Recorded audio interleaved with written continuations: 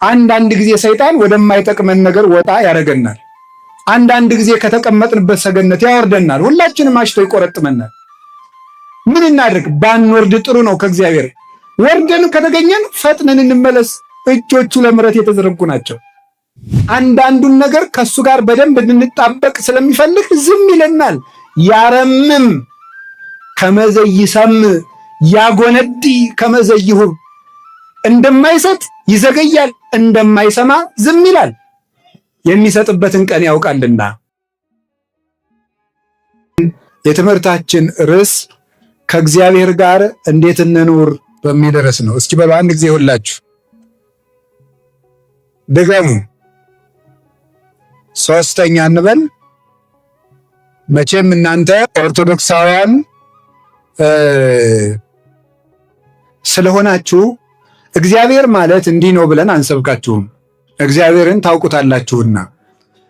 አኗኗሩ ግን ሰይጣን ስለሚረብሸን የኛም የሰጋችን ጣልቃ ገብነት ስላለ ስለምንወጣ ስለምንወርድ እሱ ላይ ለመነጋገርና መንገዳችን ለማቅናት ነው ጉባኤ የሚዘጋጀው እንጂ የማታውቁት አምላክ ኑሮ ልትሰበኩ አይደለም። በ40 ቀናችሁ ወንዶች፣ በ80 ቀናችሁ ሴቶች በጥምቀት የለበስነው ክርስቶስ ሥጋ ወደሙን የተቀበልነው በቅዳሴ የምታውቁት በዓል የምታከብሩለት ጾሙን የምትጾሙለት የምንጾምለት ስቅለቱን፣ ትንሣኤውን፣ ልደቱን፣ እርገቱን ሁሉ ጠንቅቀን የምናውቅ የመጽሐፍ ቅዱስ ባለማዕዶች ስለሆን ለእኛ አምላክ ሊተዋወቀን አይሰበከን። የሚነገረን ከእግዚአብሔር ጋር እንዴት እንኖር ነው። ከእግዚአብሔር ጋር እንዴት እንኖር? የመጀመሪያው ከእግዚአብሔር ጋር እንዴት እንኖር ነው የምንለው ለምንድን ነው? የማመን ዓላማው ከእግዚአብሔር ጋር መኖር ነው። የማመን ዓላማው ቅዱስ ጳውሎስም እንዲህ ይላል፣ እፈቱ እትፈለጥ እምዝንቱ ዓለም ወአሃሉ ምስለ ክርስቶስ። ፊልጵስዩስ ምዕራፍ 1 ቁጥር 4 ላይ ሲናገር እኔ ከዚህ ዓለም ተለይቼ ከክርስቶስ ጋር ልኖር እናፍቃለሁ ይላል። ስለዚህ የሃይማኖት ዓላማው ካመኑት አምላክ ጋር ማኖር ነው። ለምን ክርስቲያን ሆንኩ ብለን ብንጠይቅ መልሱ ከእግዚአብሔር ጋር ለመኖር፣ ከሱ ጋር ለመኖር። እሱም እንዳለ ምን ብሏል? እምከመ ተለአልኩ አነ እስሕብ ኩሎ ሀቤ፣ እኔ ከፍ ብዬ ከተሰቀልኩ በኋላ እናንተንም ወደ እኔ እስባችኋለሁ ብሎ ነበረ። እንግዲህ ራስ ከፍ ሲል እግር ራስን ተከትሎ አብሮ ከፍ እንደሚል ክርስቶስ ሲሰቀል ከኋላም ሲያርግ እኛንም እንደሚስበን ሲነግረን ነው። ሊቁ ቅዱስ ዮሐንስ አፈወርቅ እንደነገረን ሀባሃሎ ርዕስ ህየ ይሄሉ አባል፣ ራስ ካለበት ሌሎች ሕዋሳትም ተከትለው ሄደው ይኖራሉ ይላል። ጌታችን መድኃኒታችን ኢየሱስ ክርስቶስ ደግሞ ርዕሰ ሕይወት የሕይወታችን ራስ ነው። የሕይወታችን ራስ ስለሆነ ራስ ካለበት እግር ተከትሎ እንደሚገባው ክርስቶስ የቤተ ክርስቲያን ራስ ስለሆነ እሱ ከገባበት ሀገር ሄደን ገብተን እንኖራለን። የተሰበሰብንበት ዓላማ የምንጸልይበት፣ የምንጾምበት፣ የምንሰግድበት፣ የምንታረቅበት፣ ፍቅርን ገንዘብ የምናደርግበት፣ በጎ ሥራ የምንሰራበት፣ የምንመጸውትበት፣ ትርምትን ገንዘብ የምናደርግበት ክርስቲያን ሁነን የምንኖርበት ዋናው ነገር ክርስቶስ ካለበት ለመግባት ከክርስቶስ ጋር ለመኖር ነው። እንደዚያ ከሆነ ከክርስቶስ ጋር እንዴት ብለን እንኖር የሚለውን ትንሽ ነገር ልንገራችሁ እፈልጋለሁ። ከእግዚአብሔር ጋር ለመኖር መጀመሪያ የምናደርገው ምንድን ነው ስትሉኝ፣ እግዚአብሔርን እያዩ መነሳት፣ ሲናገሩ እግዚአብሔርን እያዩ መናገር፣ ሲሰሩ እግዚአብሔርን እያሰቡ እያዩ መስራት፣ ሲነግዱ እግዚአብሔርን እያዩ መነገድ፣ ሲመክሩ እግዚአብሔርን እያዩ መምከር፣ ሲወስኑ እግዚአብሔርን እያዩ መወሰን፣ እግዚአብሔርን ፊት ለፊት ማድረግ ከእግዚአብሔር ጋር የመኖር የመጀመሪያው መንገድ ነው። እንዲህ ይላል ኤልያስ ሲናገር፣ ሕያው እግዚአብሔር አምላከ ኃይል ዘቆምኩ ቅድሜሁ ይላል። አንደኛ ነገሥት ምዕራፍ 17 ቁጥር 1 ላይ ሲናገር በፊቱ የቆምኩት የእስራኤል አምላክ ሕያው እግዚአብሔር ምስክሬ ነው ይላል። በፊቱ የቆምኩት፣ ልብ በሉ፣ የት ሆኖ የሚናገር? እስራኤል ቀርሜሎስ ተራራ ላይ ሆኖ በፊቱ የቆምኩት እግዚአብሔር ይላል። ፊት ለፊቱ ዳኛ ፊት እንደቆመ ሆኖ ነው እግዚአብሔርን የሚያስበው። በፊቱ የቆምኩት በዚህ 3 ዓመት ውስጥ ዝናብ ጠብ አይልም ማለት። ዝናቡ ሊዘንብ ሲል ደግሞ አብዩድ የሚባል ሰው ኤልያስን ጠፍቶ ሰንብቶ ሲያገኘው ሕያው እግዚአብሔርን ለአካብ እገለጣለሁ፣ ከቆምኩበት ቦታ አልንቀሳቀስም፣ ሕያው እግዚአብሔር አምላክ ኃይል ዘቆምኩ ቅድሜሁ ከማስተሪ ለአካብ እንድገለጥ በፊቱ የቆምኩት ሕያው እግዚአብሔር ያውቃል ይላል። ስለዚህ በፊታችን እግዚአብሔርን ካለ እግዚአብሔርን መፍራት ይሏችኋል። እሱ ነው። ሁልጊዜ በእግዚአብሔር ፊት እንደቆምክ አስበህ ኑር ነው። እግዚአብሔርን ሁልጊዜ እየው። በፊት እንደውም በፊቴ ነው አየዋለሁ፣ ቅድሜ ውእቱ በእግዚአብሔር በፊቴ ነው የሚለውን ሊቃውንት ሲተረጉሙት ምን ብለው ይተረጉማሉ? በፊት ያለ እንዳይረሳ አረሳውም ሲል ነው ይላል። በኋላ ያለ ይረሳል፣ ፊት ለፊት ያለ ግን አይረሳም። እግዚአብሔርን እያዩ መኖር እንዴት ትልቅነት መሰላችሁ! አንዳንድ ጊዜ ሰይጣን ህሊናችን፣ አንዳንድ ጊዜ ልባችን ዘወር ሲያደርገው ነው መበደል የምንጀምረው። እኔም እናንተም ፍርሃትም የሚመጣው አይናችን ከእግዚአብሔር ነቀል ብሎ ዘወር ሲል ነው። ቅዱስ ጴጥሮስ ጌታ በባህር ላይ ሲሄድ አይቶት እኔም እንዳንተ በባህር ላይ ልምጣ አዘዘኝ አለው። ና አለው። ትንሽ እንደተራመደ ወጀብ ሲነሳ ከክርስቶስ ላይ አይኑን አንስቶ ነፋሱ ላይ መጣል ሲጀምር ነፋሱ ከፍ ማለት ጀመረ ይላል። አይናችን ከእግዚአብሔር ዘወር ሲል ምን ይሆናል? የሰጎን እንቁላሏን ትክ ብላን የምታየው አይኗን ከነቀለች እንቁላሏ ይበላሻል ይላል። እና ቤተ ክርስቲያን ላይ ስትወጡ ጉልላቱ ላይ እንቁላል የሚመስል ነገር አለ። ወፍ የምትመስል ትክ ብላ እያየችው። እግዚአብሔርም እኛን ማየት ቢያቆም እንጠፋለን።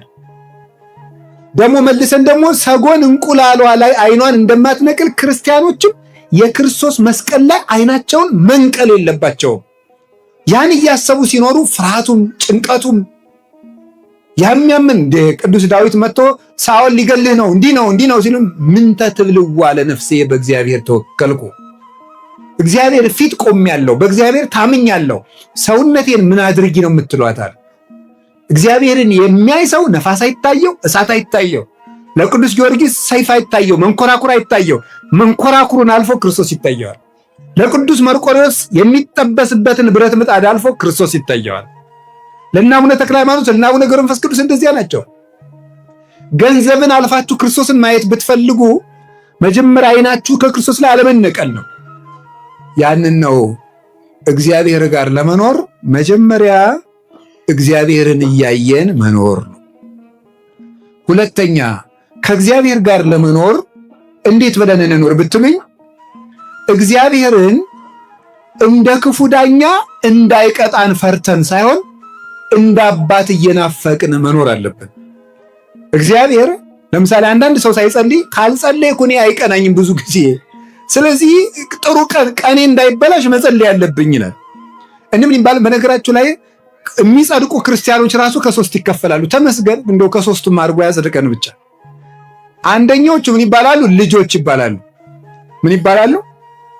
ልጆች ይባላሉ። ሁለተኞቹ ደግሞ ልጆች ናቸው፣ ወዳጆች ይባላሉ። ሶስተኞቹ ደግሞ ሰራተኞች ይባላሉ፣ ባሮች።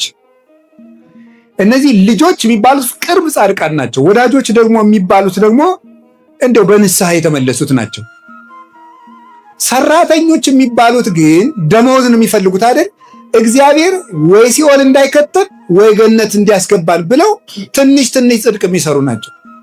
ተመስገን ሰራተኛ ሙነን ያጽድቀን ብቻ ይማረን እንጂ እንደው ግን ልጅ ስንሆን ነው የሚያምርብን። ምንደኛ ስንሆን አያምርብንም፣ ልጅ ስንሆን ነው። እና እግዚአብሔርን ሲኦል እንዳይከተኝ እግዚአብሔር ገሃነም እንዳይጠለኝ እንዲህ ያልን ሳይሆን እግዚአብሔር እየጠማን ሲሆን ነው። እየጠማን እንደውም ልንገራችሁ፣ ሰው እየጾመ እግዚአብሔር ላይኖር ይችላል። ሰው እየጸለየ እግዚአብሔር ላይሆን ይችላል። ሰው እየሰገደ እግዚአብሔር ላይሆን ይችላል። ለምን? ክርስትና ተግባር ብቻ ሳይሆን ፍቅር ነው። ድርጊት አይደለም። ጉዳይን አከናውኖ መሮጥ አይደለም። ከእግዚአብሔር ጋር በፍቅር መዛመድ መገመድ ነው። ቅዱስ ጳውሎስ ሲጽፍ ብዙ ጊዜ ሲጽፍ መልእክቱን ጳውሎስ ሙቁሁ ለክርስቶስ ይላል። የክርስቶስ እስረኛ ጳውሎስ ይላል። በፍቅሩ የታሰረ ማለት ነው። በፍቅሩ የታሰረ አባ ስምዖን ዘአምድ የሚባል አባት የሕማማት የሚነበብ ምንባቡ ላይ ምን ይላል? ምንድን ነው? ኦ ክርስቶስ ወልደ እግዚአብሔር ሕያው በከመ ተአሰርከ አንተ በሐብል ከማው እስረኒ በሐብለ ፍቅርከ አንተ በሐብል ተይዘ በለታሉ እንደተጎተትክ እኔንም በፍቅርህ ገመድ ሰረኝ ይላል። በገዳም ውስጥ አበምኔቱ አንድን መነኩሴ ሲያስር ቅናት የሚባል ያስርለታል። ያን ሲያስርለት ይሄን መነኩሴ እኔ በቅናት እንዳሰርኩት ክርስቶስ ወይ አንተም በፍቅርህ ገመድ ሰረው ይላል። ስለዚህ ክርስትና ወይም ሃይማኖት እግዚአብሔርን መጣማት ነው እንጂ እግዚአብሔርን እንደ ክፉ ዳኛ እንደ ጨካኝ ንጉሥ እየተንቀለቀልን እምንፈራው ፍቅሩን እንዳናጣ ነው እንጂ ጨካኝ ስለሆነ አይደለም። ስለዚህ ምን አለ ቅዱስ ዳዊት? ከማያፈቅር ሀየር ሀባ አንቂተ ማያት ከማሁ ታፈቅር ነፍሴ ሀበ እግዚአብሔር አምላኬ። ዋሊያ ወደ ውሃ እንደሚናፍቅ ነፍሴ እግዚአብሔርን ተጠማች።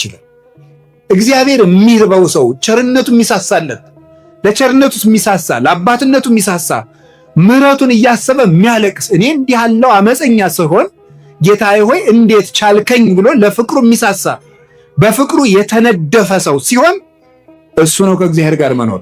ስለዚህ እግዚአብሔርን ጌትነቱን ፈራጅነቱን ብዙ ጊዜ ከምታስቡ ይልቅ ፍቅሩ ላይ ትኩረት አድርጉ።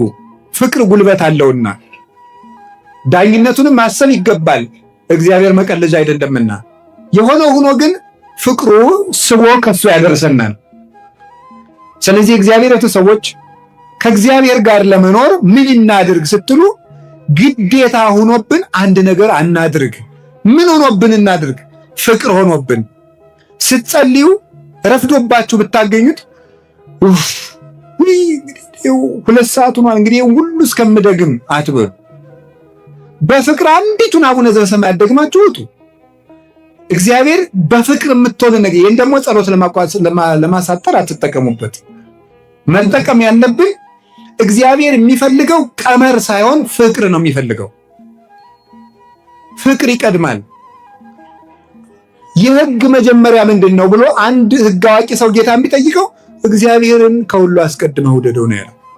እግዚአብሔር ምንድነው ከኛ የሚፈልገው? እንድንወደው ብቻ። እንድንወደው የሚፈልገው ምን እንድንሰጠው ነው? ምንም እንድንሰጠው አይደለም። ጸጋውን ለመቀበል እኛ እንደሚወደን እርግጠኛ የሆነ ልብ እንዲኖረን ብቻ ነው እግዚአብሔር የሚፈልገው። ያንን ነው የሚፈልግ እግዚአብሔር። ስለዚህ ከእግዚአብሔር ጋር ለመኖር ሁለተኛ እየሳሳን እንጂ እንደ ክፉ ንጉሥ እየተጨነቅን አይደለም መኖር ያለብን። ይህ ሁለተኛው። ሶስተኛው ከእግዚአብሔር ጋር ለመኖር ምን ሆነን እንኖር? ስራ ስንሰራ ጽድቅና ኩነኔን ተመሳሳይ ነው። በርግጥ ጽድቅና ኩነኔን ራይት ኤክስ እያልን ሕግን ለመፈጸም ሳይሆን ክርስቶስን እያሰብን እናድርገው። አሁን ደግሞ እያሰቡ ማድረግ ምን ማለት ይመስላችኋል? ለምሳሌ የሰበካ ጉባኤ አባል ክፍያ ብትከፍሉ ካልከፈልኩ በወልድ ክርስትና ያነሱልኝም ብሞት አይፈቱኝም ብላችሁ አይደለም መስጠት ያለባችሁ። ክርስቶስን ለክርስቶስ እንዴት መታደሌ ነው። አሁን እስኪ አሁን የአንዲት ሀገር ንጉሥ መጥቶ ከአንዲት ድሃ ቤት ዛሬ ምሳ የምበላው ከአንቺ ቤት ነው ቢል ወይ መከራዬ ደግሞ እኔ ቤት ሊመጣብኝ ነው የምትለው? እንዴት ቢወደኝ ነው የምትለው? አንዲት ድሃ ሴት እንደውም አንድ ሙክት አንድ ሰው ቢያርድና አንድ ድሃ ሰው ቆሎ ቆልቶ ቢያቀርብና እኔም ቆሎ ነው የምበላ አንተ ዛሬ ቆሎ እንድትሰጠኝ ይፈልጋለሁ ቢል ምንም የማይቸግረው ንጉሥ ባለጸጋ ምን አይነት ሰው የሚወድ ሰው ነው አሁን የኔን ቆሎ ሰው ብሎ ይቀበለኝ አትሉ? አሁን እግዚአብሔር ከኛ ሳንቲም ሲጠይቅ አይገርማችሁም? እንዴት አድርጎ ቢወደኝ ነው ማለት ሲገባን ግዴታ ሄደን እንዴት አደርጋለሁ ሳይሆን መሆን ያለበት ምንድን ነው? ማሰብ ያለብን ክርስቶስን እያሰብን ግዴታችንን እያሰብን ጽድቅና ኩነኔን እያሰብን ማድረግ አለብኝ። አብይ ጾም ገብቷል። ምን አረጋለሁ? 9 ሰዓት መሆን አለበት። አስራት መክፈል አለብኝ። ምን አረጋለሁ? እግዚአብሔርን ከሚከፋው ከገሌ ጋር ልታረቅ አይደለም መሆን ያለበት። መሆን ያለበት እግዚአብሔርን እያሰብን እወ ስራዩ ይሰሪ ለክሙ እወ ህድጉ ያድግ ለክሙ። እናንተም ተው ይተውላቸዋል፣ እናንተም ይቅር በሉ ይቅር። እኔ እግዚአብሔር ይህን ያህል ዓመት ከተሸከመኝ ወንድሜን እህቴን 3 ወር ብታገስስ ብሸከምስ ብለን ማድረግ ያለብን። ክርስቶስን እያሰብን ካደረግነው ምንም ጽድቅ አይሰለቸንም፣ ወጥተንም ከቤተ ክርስቲያን አንጠፋም። ክርስቶስን አስበን ከሆነ ቤተ ክርስቲያን የመጣን ሰበካ ጉባኤው ቢያስከፋን አንወጣም፣ አለቃው ቢያስከፋን አንወጣም፣ ሰባኪው ቢያስከፋን አንወጣም። አኩርፈን የምንጠፋው መጀመሪያም ዓላማችን ጽድቅና ኩነኔ ብቻ ገሃነም እንዳይበላን ገነት እንገባ ነው እንጂ የክርስቶስን ሐሳብ እያሰብን አምላኬን ላገኝ እሄዳለሁ እያልን ስለማንመጣ ነው። አመጣጣችን መስተካከል ስለነበረበት በስህተት ስለመጣን በስህተቱ ከቤቱ እንወጣለን። እግዚአብሔርን ብሎ የመጣ ግን ምን ብሎ ከአባቱ ቤት ይወጣል? ምን ብሎ ማን ብሎ ማን በጎሬጥ ባየው ማን ፊት ቢነሳው ማን ግንባር ቢቆጥርበት ቤቱ አይወጣም። የአባቱ ቤት ነው። ማን ከአባቱ ቤት በቀላሉ ይወጣል? ስለዚህ ስንመጣ እግዚአብሔርን ብለን እንመጣ። ሰው ብለን ስላልመጣን ሰው በሰው ምክንያትም ከቤቱ ለምን እንወጣለን? በቤት እንኖር። ሰው ይደክማል፣ ይወጣል፣ ይነሳል፣ ያድጋል። እሱ ነው። ሌላው ከእግዚአብሔር ጋር ለመኖር ምን እናድርግ? ከእግዚአብሔር ጋር ለመኖር ወይን ከግንድ ጋር በሚኖርበት መንገድ እንኖር እላችኋለሁ። ወይን ከግንድ ጋር በሚኖርበት መንገድ የዮሐንስ ወንጌል ምዕራፍ 15 ቁጥር 4 ላይ ታገኙታላችሁ።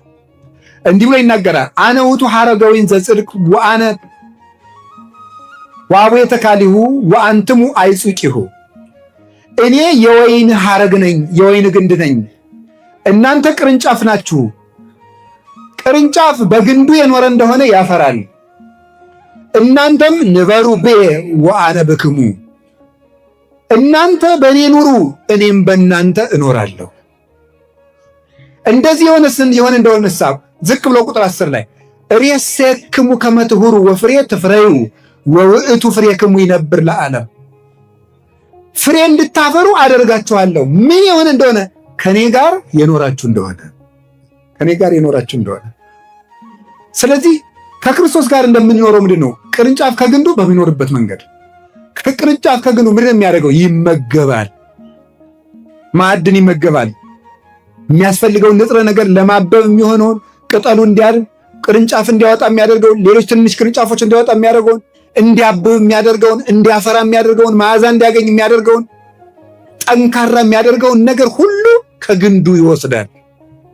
ቅርንጫፉ ግን ቢቆረጥ ወደ እሳት ይጣላል፣ ይደርቃልም፣ ባይጣልም ይበሰብሳል፣ ምስጥ ይበላዋል። ከግንዱ ያለ ቅርንጫፍ ግን ያፈራል። ስለዚህ ምንድን ነው? እኛም ከክርስቶስ ጋር ቅርንጫፍ ከግንድ ጋር በሚኖርበት መንገድ እንኑር። ምን እያደረግን? የእሱን ምግብ መመገብ አለብን። ቅርንጫፉ ከግንዱ መመገብ ቢያቆምስ ይቆረጣል፣ ተዘንጥሎ ወይም ደግሞ ተከፍሎ ይወድቃል። ከክርስቶስ እንዳንለይ እንመገብ። ምን እንመገብ? ሥጋውና ደሙ። ምን እንመገብ? ቃለ እግዚአብሔርን፣ ሁልጊዜ ወንጌሉን መመገብ። አያችሁ አይደለም? እነዚህ ቅርንጫፎች ያደጉት ከግንዱ የሚመጣላቸውን ወተት እየጠጡ ነው ያደጉት። ክርስቶስ እኛን የሚያሳድግበት ወተት አለው። አንደኛ ጴጥሮስ ምዕራፍ 2 ላይ እንደነገረን አፍቅሩ ሐሊበ ነባቤ ዘአልወቱ ትስሕት፣ ቅልቅል የሌለበትን ለድህነት የሚያሳድጋችሁን የቃሉን ወተት ተመኙ ይላል። በየቀኑ መጽሐፍ ቅዱስን ማንበብና መማር ያሳድጋል። ወይ ከውን እንተ ትክልት ሀበ መዋዕለ ማይ። ምን የሚያደርግ ሰው ሕጉን በሌሊትና በቀን የሚያነብ ሰው ከውሃ ዳር እንደተተከለች አትክልት ይሆናል። ፍሬውን በየጊዜው እንደሚሰጥ ቅጠሉ እንደማይጠወልግ ይሆናል ይላል መዝሙር ምዕራፍ 1 ላይ ቅዱስ ዳዊት ሲናገር። ስለዚህ ቅርንጫፍ ነን እኛ። እንድናድግ ምን እናድርግ? ከግንዱ አንራቅ ወገኖች። ቅርንጫፍ ነን። ምን እናድርግ? ምግብ እንውሰድ። አንድ ቅዱስ ሥጋው ክቡር ደሙን፣ 2 ቃለ እግዚአብሔር በየቀኑ መመገብ አለብን። በየቀኑ ጉባኤ ሲዘጋጅ በዓመት 1 ጊዜ 2 ጊዜ ተሰብከን ነፍሳችን ማደግ አትችልም። ልብ በሉ። አንድ ቅርንጫፍ ከግንዱ አሁን ብቻ ምግብ ቢወስድ ለነገ ጭምር ይሆነዋል? ለከርሞ ጭምር ይሆነዋል? አይሆነውም። በየቀኑ ነው የሚመገበው። ቃለ እግዚአብሔር ምግባችን ነው። የምንጠይቀውም ሲሳየነ ዘለለ ዕለትነ ብለን ነው። የዕለት እንጀራችን ስጠን ዛሬ ብለን ነው። በየቀኑ 1 ምዕራፍ መጽሐፍ ቅዱስ ቢያንስ እስኪ አንብቡ፣ እንማር። ሁል ጊዜ ሲሲሳነ ነፍስ ቃላቲሁ ለእግዚአብሔር እስመ ቃለ እግዚአብሔር ሲሳይ ዘበአማን ውእቱ። የእግዚአብሔር ቃል የነፍስ ምግብ ነው፣ እውነተኛም እንጀራዋ ነው። ተመጥኖ ምግብ ያላገኘ ሥጋ ለራስ ፍልጠት ለሆድ ቁርጠት እንደሚጋለጠው ሁሉ ነፍስ ቃለ እግዚአብሔር የማትመገብ ነፍስ ሁልጊዜ ህመምተኛ ናት፣ ለፍሬም አትበቃም።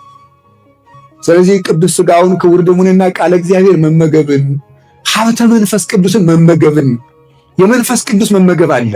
ልታውቃላችሁ እንዲህ ብሎ ነበር ዮሐንስ ወንጌል ምዕራፍ 14 ላይ እኔ እያድገክሙ ጓለማውታ ትኩኑ ዳደግ አላደረጋችሁም ብሎ ነበር።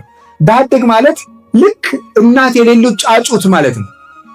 ግን ተመልከቱ ርግብ ያልተለየችው ጫጩት እንደማይፈለፈል መንፈስ ቅዱስ የተለያት ነፍስም አትፈለፈልም። ዶሮ ወይም ርግብ እንቁላሏ እንዲፈለፈል በክንፏ አቅፋ ትይዘዋለች።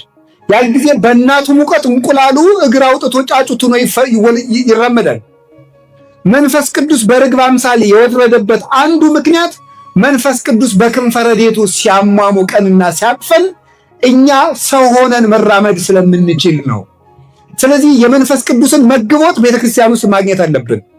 ቤተክርስቲያን በየቀኑ ኪዳን ማድረስ ማስቀደስ፣ ቢያንስ በሳምንት አንድ ቀን እሑድ ጧት ሌሊት ሄዳችሁ ማስቀደስ ካልተቻላችሁ የከሰዓት ቅዳሴ አለ። አድባራቱ ሰፍተዋል፣ እግዚአብሔር ይመስገን እንጂ ባህር ዳር አሁን በየትኛውም ኢትዮጵያ ክፍል ላይ የቤተክርስቲያን ችግር የለም። በእርግጥ መምህሮቻቸው እየሞቱባቸው፣ ካህናት እየታረዱባቸው፣ ቤተክርስቲያን እየተቃጠልባቸው የራቃቸውም አሉ። እንደው እኛ ግን ምን እንመልስ ቢሆን አጠገባችን ቤተክርስቲያን በየቦታው እየተሰራን። ልብ በሉ ቅዱስ ዮሐንስ አፈወርቅ እንዲህ ይላል፣ አንተ ሰው ሰብአ ሰገል የክርስቶስን የተወለደበትን ቦታ ለማየት 2 ዓመት ተጉዘዋል። አንተ 2 ደቂቃ ተጉዘ ቤተክርስቲያን ለመምጣት የምትቸገር ለክርስቶስ ምን ትመልስለት ይሆን ይላል። 2 ሰዓት እንኳን አንጓዝም። ቤተልሔም ይሏቸዋል፣ ሌላ አይደለችም ቤተክርስቲያን ናት። አንዱ እንደ ወይን የምንኖረው ቤተክርስቲያን ውስጥ በመኖር እንጂ በዓመት አንድ ጊዜ እንደዚህ አሁን ስታዩት እንደው እዚህ እያንዳንዳችሁን ማይክ እየሰጠው እንደው ባናግራችሁ ይሄን ህዝብ ብታዩት መቤቴ እንደው አገር እንደው ሰው ራሱ ሌላ ቦታ ያለ አይመስልም እኮ። አሁን ብዛታችሁ እግዚአብሔር አይቀንሳችሁ፣ በእውነት አይቀንሰን። እንዴት ደስ እንደምትሉ እኔ በነገራችሁ ላይ መስቀሌን ኪሴ ውስጥ የቀጠጥኩት ብፁዕ አባታችን እየባረኳችሁ ስለሆነ ነው። ስለዚህ የእኔ ይከተትና የጳጳሱ ከቆመ ይበቃናል፣ እየተባረክን ነው አሁን። ስለዚህ አሁን እኔ የምነግራችሁ ለምንድን ነው? እንዲያበዛን እግዚአብሔር ፈቃዱ ይሁን። ይህን ካልኳችሁ በኋላ ግን የምነግራችሁ ለምንድን ነው? እንዲህ እንድንሆን በዓመት አንድ ጊዜ በዓመት እንደዚህ ተከምረን አይደለም፣ ሁልጊዜ እየመጣችሁ ቤት እንኖር፣ የአባታችን ቤት ውስጥ እንኖር። እግዚአብሔር ጋር ለመኖር እንደሱ ነው። ሁለተኛስ ሕዋሳት ከአካል ጋር በሚኖሩበት መንገድ ከእግዚአብሔር ጋር እንኖር። እስኪ ሕዋሳት ከአካል ጋር በሚኖሩበት መንገድ በሉ። ከማን ጋር በሚኖሩበት መንገድ? አቤት፣ ከአካል ጋር። ሕዋሳት ለምሳሌ እስኪ አንድ ጣት ውሰዱ፣ አውጡ። አንድ ጣት ትንሿን አውጧት። ይሄ ቆይ የሚለውን እንዳታወጡት፣ ትንሹን ነው ማውጣት። ትንሿን አውጣት። በጣም ጥሩ። አሁን እቺ ጣት ምን ትባላለች? እቺ ጣት አጠቃላይ ከእግር ጋር ተጨምራ ምን ትባላለች? ሰው በሉ። እሺ ቆርጠን ብንጥላት አሁን እኔ እንደዚህ ብዬ ከነጣቴ ሰጥ ሰው መጣ ይባላል አይደል? ሰው መጣ በሉ። ጥሩ። ከዛ ደግሞ ቆርጠን ብናጥላት እኔን አሁን ለምሳሌ እቺ ይሄ እንዲሁኝ እየተንቀሳቀስኩ ያማን ነው ይባላል? አባ ይባላል። ከዛ ደግሞ ተቆርጣ የማን ቆራጣጣት ነው የሚባለው ማለት ነው። የሰው የሚለውን ስም ራሱ አጣ ማለት ነው። እስከ አብሮ እስካለ ድረስ ግን ሰው ይባላል። ስለዚህ ምን ማለት ይመስላችኋል? ይሄ ቤተ ክርስቲያን የክርስቶስ አካል ናት። ኤፌሶን ምዕራፍ 1 ቁጥር 23 ላይ ዘውቱ ርዕሰ ለቤተ ክርስቲያን እንተ ይእቲ ሥጋሁ፣ እሱም የቤተ ክርስቲያን ራሷ ነው፣ እሷ ደግሞ አካሉ ናት። እኛሳ ሕዋሳቶቿ ነን። የማን? የቤተ ክርስቲያን። ስለዚህ ከእግዚአብሔር ጋር እንዴት እንኑር ባላችሁ እንደ ሕዋስ ነው መኖር ያለብን።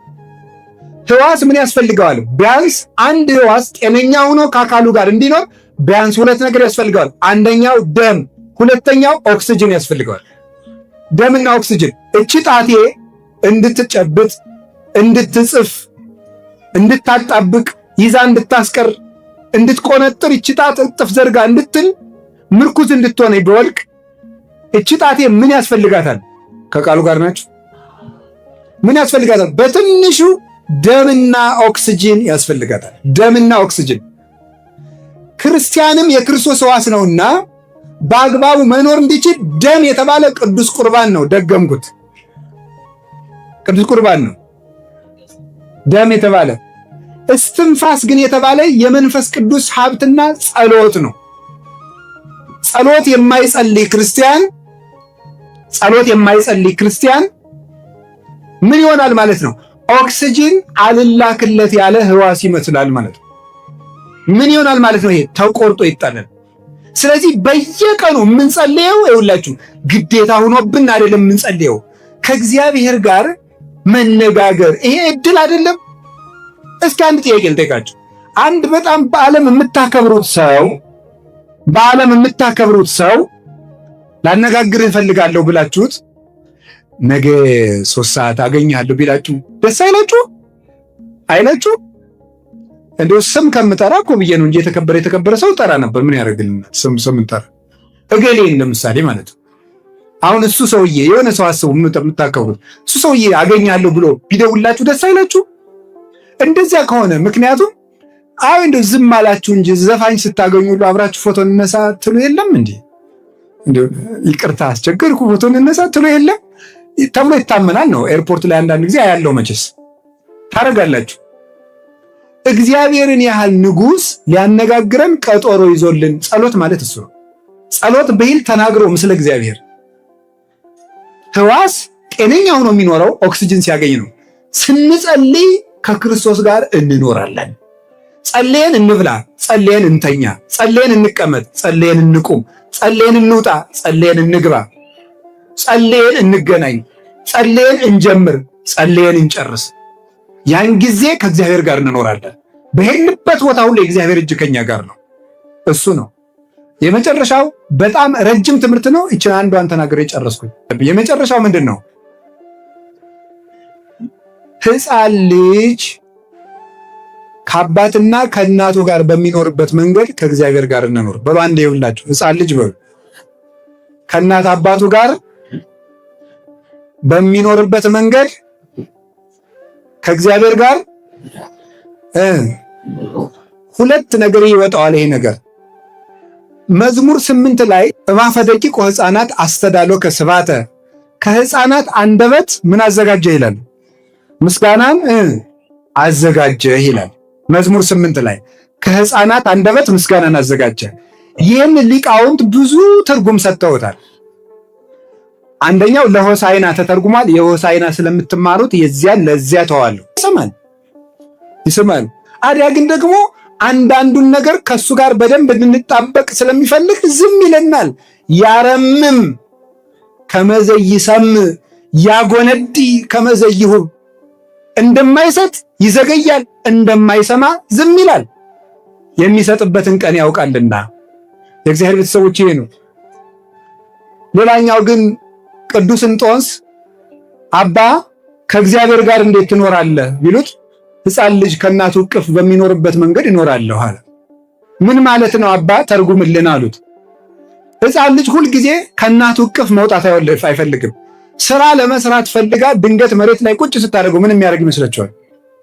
ምን ያደርጋል? ይጮሃል። ጉዳዩ ምንድን ነው? መልሰሽ ወደ ምንሽ መልሽ ብሎ ነው እናቱን እንድታቅፈው ፈልጎ ነው። ድንገት ካስቀመጠችው ዋይ ይላል። እሱ ወጡ ቢከስር እንጀራ ቢጋገር ትዝ አይለው። ዋናው ብቻ እናቴ አትተይ ነው። ቅዱስ እንጦንስ ምን ማለቱ መሰላችሁ? እንዴት እውነት እኖራለህ ሲሉት ሕፃን ልጅ ከእናቱ ጋር በሚኖርበት መንገድ ማለቱ መጀመሪያ ከእግዚአብሔር መውጣት አልፈልግም። ከእግዚአብሔር መውጣት አልፈልግም በሉ በዛሙ። ድንገት ከወረድኩ ደግሞ ቶሎ ብዬ ወደሱ መለሳለሁ። እስኪ በሉ ድንገት ከወረድኩ ቶሎ ብዬ ወደ ማን መለሳለሁ? ወደ እግዚአብሔር መለሳለሁ። እንዲያቅፈኝም አለቅሳለሁ ይላል። ቶሎ ብዬ ሮጬ መለሳለሁ ይላል። ሕፃን ልጅ አንዳንድ ሕፃን ልጅ አይታችሁ አታውቁም? ያለ አቅሙ ይሄድና ከጎረቤቶች ጋር ይጣላል። እስኪ ግጠመኝ ና ግጠመኝ ወንድ ላለው ምናምን ይላል። ሲመጣበት ሮጦ እናቱ ስር ሮጦ አባቱ ስር ነው። አንዳንድ ጊዜ ሰይጣን ወደማይጠቅመን ነገር ወጣ ያደርገናል። አንዳንድ ጊዜ ከተቀመጥንበት ሰገነት ያወርደናል። ሁላችንም አሽቶ ይቆረጥመናል። ምን እናድርግ? ባንወርድ ጥሩ ነው። ከእግዚአብሔር ወርደን ከተገኘን ፈጥነን እንመለስ። እጆቹ ለምሕረት የተዘረጉ ናቸው። ማንንም አቅፈው ይቀበላሉ። በዕለተ ዓርብ የዘረጋቸው እኮ አይሁድ እጆቹን አስገድደውት አይደለም፣ እኛን ለመቀበል ለምሕረት የተዘጋጀ እጅ እንዳለው ሲነግረን ነው እንጂ ስለዚህ እግዚአብሔር እንደ ሁላችንንም ሲሆን እንዳንወርድ ይጠብቀን፣ ከወረድን ደግሞ ፈጥኖ ያንሳል መድኃኔዓለም። ይቆየኝ። ስብሐት ለእግዚአብሔር። ሕፃናት የተባሉ መላው ክርስቲያኖች ናቸው ይላሉ ሊቃውንት። እነማን ናቸው? አጠቃላይ ከቅዱስ ፓትርያርኩ ጀምሮ የቤተ ክርስቲያን አባቶች ሁሉ ለእግዚአብሔር ምኖቹ ናቸው? ሕፃናት ናቸው። ምን ማለት ይመስላችኋል? የሕፃን ልጅ የሚለው አፉን ያልፈታው የትንሹ ልጅ ማለት የእሱ ልጅ ሕይወት ከአባትና ከእናቱ ጋር በመኖር ላይ የተመሰረተ ነው። ልብ ብላችሁ ሰማችሁ? ምግቡን የሚያስቡለት እነማን ናቸው? እናት አባቱ። ሰውነቱን መታጠብ እንዳለበት የሚያስቡለት እነማን ናቸው? እናት አባቱ። ልብሱን የሚያስቡለት እነማን ናቸው? የከፋበትን ራሱ የሚሸክፉለት እነማን ናቸው? እናት አባቱ ናቸው እንጂ ልጁማ አንዳንድ ልጅ አይታችሁ አታውቁ? እንግዳ በተሰበሰበበት ድንገት እርቃኑን ከመኝታው ተነስቶ መጥቶ ቆም ይላል። ከእንግዳው መሃል እኮ ነው። እንደው እናቴ እንደው ሕፃን ልጅ ምን አለበት ቆም ይላል ዝም ብሎ። ከዚያ እናቱ እኮ ናት ወይ ተነሳ ልጅ ናማ ብለው ወደ ማጀት ይወስዱታል። የከፋበትን የሚሸፍኑለት እናት አባቱ፣ መታመሙን የሚረዱለት እነማን ናቸው? እናት አባቱ ነው። እግዚአብሔር እንደዚህ የሚያስብልን ነው። ይሄንን ነው መግለጽ የፈለገት። ሕፃን የተባለ አጠቃላይ ክርስቲያን ነው። ስለዚህ እግዚአብሔር አሁን እኛ የሚመስለን እግዚአብሔር የጽድቁን እያሰበ የሥጋውን እኛ የምናስብ ነው የሚመስለን። እንዴት እንደሚጨነቅልን የምንበያችሁት እንደሚያስብልን ማለት ነው። ማለት ከእናታችን ማኅፀን ጀምሮ እንዴት አድርጎ እንደሚንከባከበን ብታውቁ። እምከርሰሜ አንተ አምላኬ ያል እያንዳንዱን አካላችን ሲሰራው እንዴት አድርጎ ተጠንቅቆ እንደሰራን ብታዩት። አንዱን እንኳን ብነግራችሁ የቅንድብ ፀጉር ለምን እንደማያወድቅ ታውቃላችሁ? እስኪ የሚያውቅ እሺ፣ የማያውቅ እግዚአብሔር ይስጥልኝ፣ እኔም አላውቅም። እሺ፣ ለማንኛውም የቅንድብ ፀጉር የማያድገው እንግዲህ ቅዱስ ዮሐንስ አፈወርቅ ማንም ሰው አያውቅም ብሏል። የማያድገው ቢያድግ ኖሮ ዓይንን ጠንቁሎ እንዳያጠፋ። አይገርማችሁም? አሁን እናንተ እናቴ ጨዋታ ነው የሚመስላችሁ አይደል? ይኸው እኩል እኮ ነው። የራስ ፀጉርም ደም ነው የሚመገበው፣ ይሄኛውም ደም ነው የሚመገበው። ፀጉሩን የሚያሳድገው አንደኛው ደም ነው፣ ሌላኛውን አላውቅም። ከዚህ የሚመገበውን ነው፣ ሌላውን ራሳችሁ ታውቃላችሁ። ታዲያ ይሄም እየተመገበ ለምን የማያድገው? ዓይንን እንዳያጠፋ ነው።